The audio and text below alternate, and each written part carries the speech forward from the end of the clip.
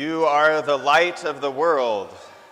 Jesus says these words to you today, that you have received the fullness of truth. You have been given the graces of the Catholic faith, and that not only are you God's children by baptism, but you also have the Eucharist, penance, the gifts of confirmation, perhaps of the sacrament of matrimony, that God has bestowed abundant graces on you, the light of grace. Grace, God's life. God is alive within you.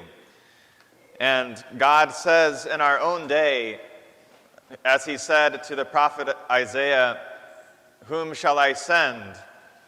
That God has a reason for having called you to this time and this place.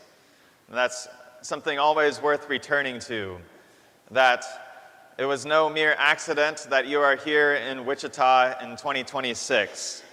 And I would imagine that every adult in this church has someone in their life that they would like to bring the faith to enkindle the light of faith within, the light of grace.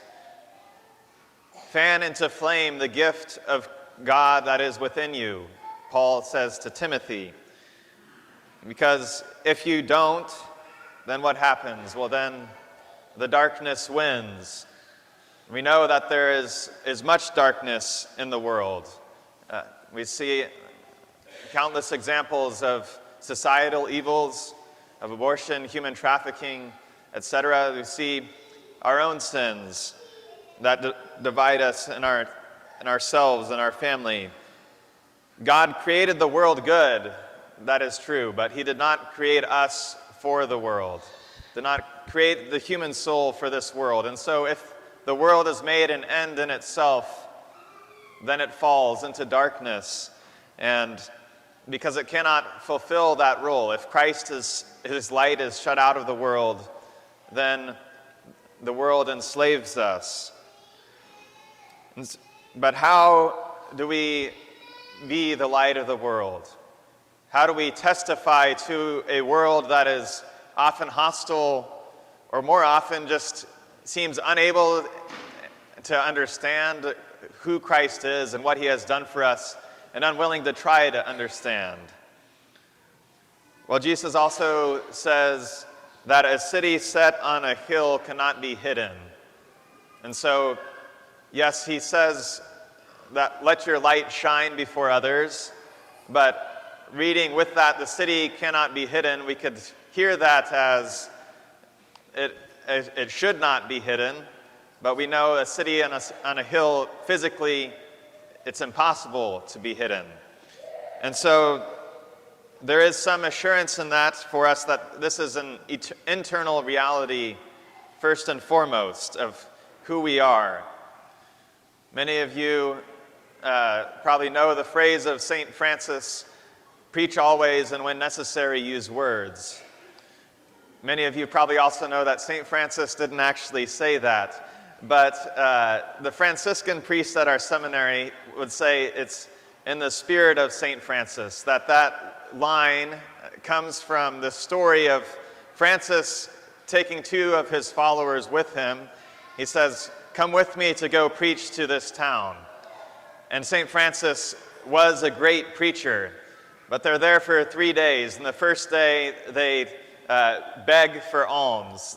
They start by giving their clothes to real beggars, and begging for their clothing. And then they're begging for food and for alms. And then they visit the prison, they visit the hospital. And after 3 days of this, one of the followers asks, "Brother Francis, when are we going to start preaching?" And he says, "We have been." And so to a large extent, this is an internal reality, this call to be the light of the world. The light lives within us, comes from who we are. If you have a generous heart, a joyful heart, a grateful heart, a humble heart, then other people see that, and you become a light to others to attract them to the fullness of truth. And it's also a matter of integrity. There's the question of, can I let this comment that somebody else makes pass without saying something myself? You parents know this need for clarity well. Dad said maybe, so that means yes. It's the same thing with priests, right? Well, Father didn't say anything, so it means he must agree with me. And the clearest example of this in my mind is an experience I had as a seminarian in the sacristy before Mass at a different parish. And there's a guy who is very active in the parish, right? And he proclaims that he's not been to confession in 12 years.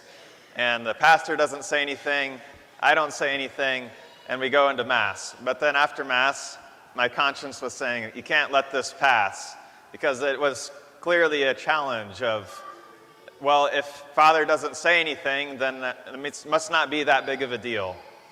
And so I said, I really think you should go to confession. But that's the same way with you as faithful Catholics in the world, that people will look to you and will challenge you at times of, well, if they don't say anything as a faithful Catholic, then I must be doing okay. I must be a good person. I must be acceptable before God. That God must agree with what I'm doing. And so there's the question of, will you be people of integrity? But it's primarily this evangelization, this being the light of the world, being the salt of the world. It's not about creating opportunities for evangelization. It is about responding to these opportunities as they arise. So hence the need to pray for the virtue of fortitude and of wisdom and of prudence to respond well. But when these opportunities come, when the heart opens just a crack, then that is when we are presented with the chance to really evangelize. Not by going door to door, becoming some street preacher of the gospel, but when somebody in our life opens their heart a crack to talk about what gives them hope, what motivates them, what do they believe in, what is their truth. And then that gives us the opportunity to speak into that, to be a little vulnerable ourselves, to speak the truth, to talk about what we believe in, our reason for hope, what motivates us. And so many times it's not about having the right answers. You hear this if you listen to people's conversion stories. So many times their encounter with other faithful Christians that helps lead them to the church or to right relationship with God is not some profound statement of truth. It's having the right question. Often something along the lines of, and is that all you're looking for in life? Are you truly happy where you're at? Because people know in the depths of their soul that they were not made for this world. And when they see our light, see us living as sons and daughters of God, then that makes them desire to have what we have.